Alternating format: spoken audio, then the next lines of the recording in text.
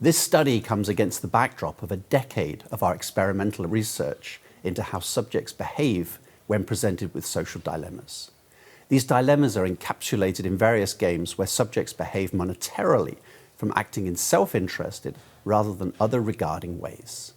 Increasingly, though, we've realized that social dilemmas can also be played out as organizational dilemmas, where managers are installed and given discretionary powers over organizational inputs, for example, resource allocation, and outputs, for example, compensation schemes, to entice individuals to contribute to the collective effort rather than acting self-interestedly.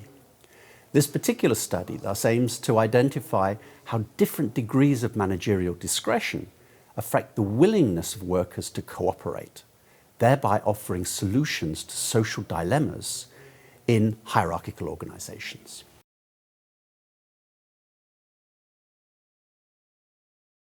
Management research has for decades mainly used survey-based and case-based research methods.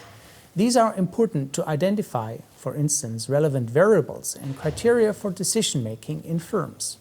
However, these approaches often build on correlations and can typically not isolate causal mechanisms. In addition, survey and interview respondents do not necessarily have incentives to truly reveal their preferences. Experiments allow us to address these issues, and we can better assess how changes as independent variables in the experimental design affect behavior and performance.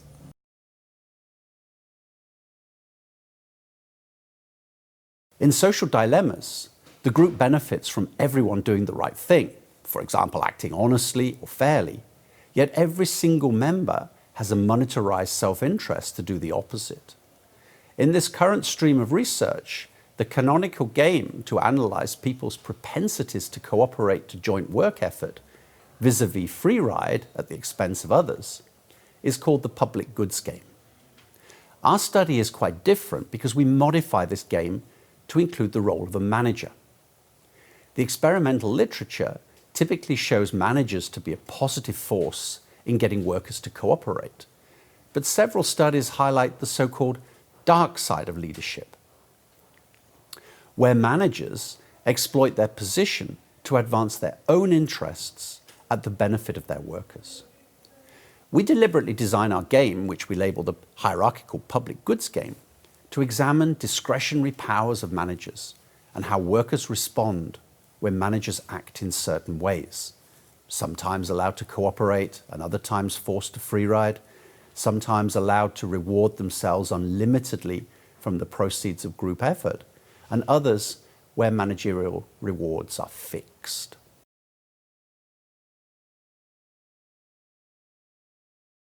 We find that hierarchy sustains cooperative behavior and outperforms a setting where there are no managers.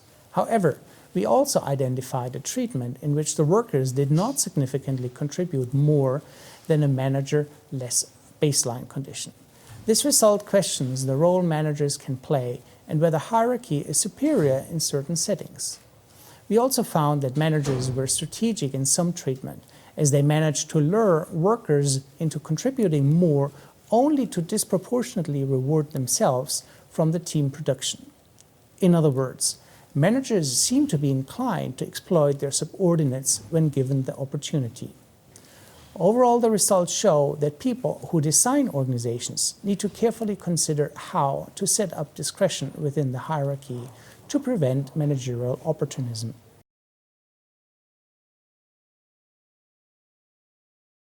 Our robust findings stemming from this novel experiment contribute to this emerging literature on enabling versus constraining effects of managers on worker cooperation levels.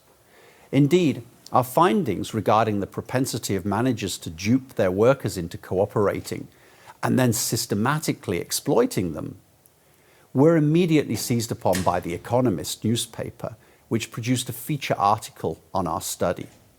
This feature was subsequently picked up on by managers of a multinational firm in Denmark, whom we have now engaged in dialogue with. Specifically, we have discussed how the field of our research may assist them in determining managerial compensation schemes in different countries.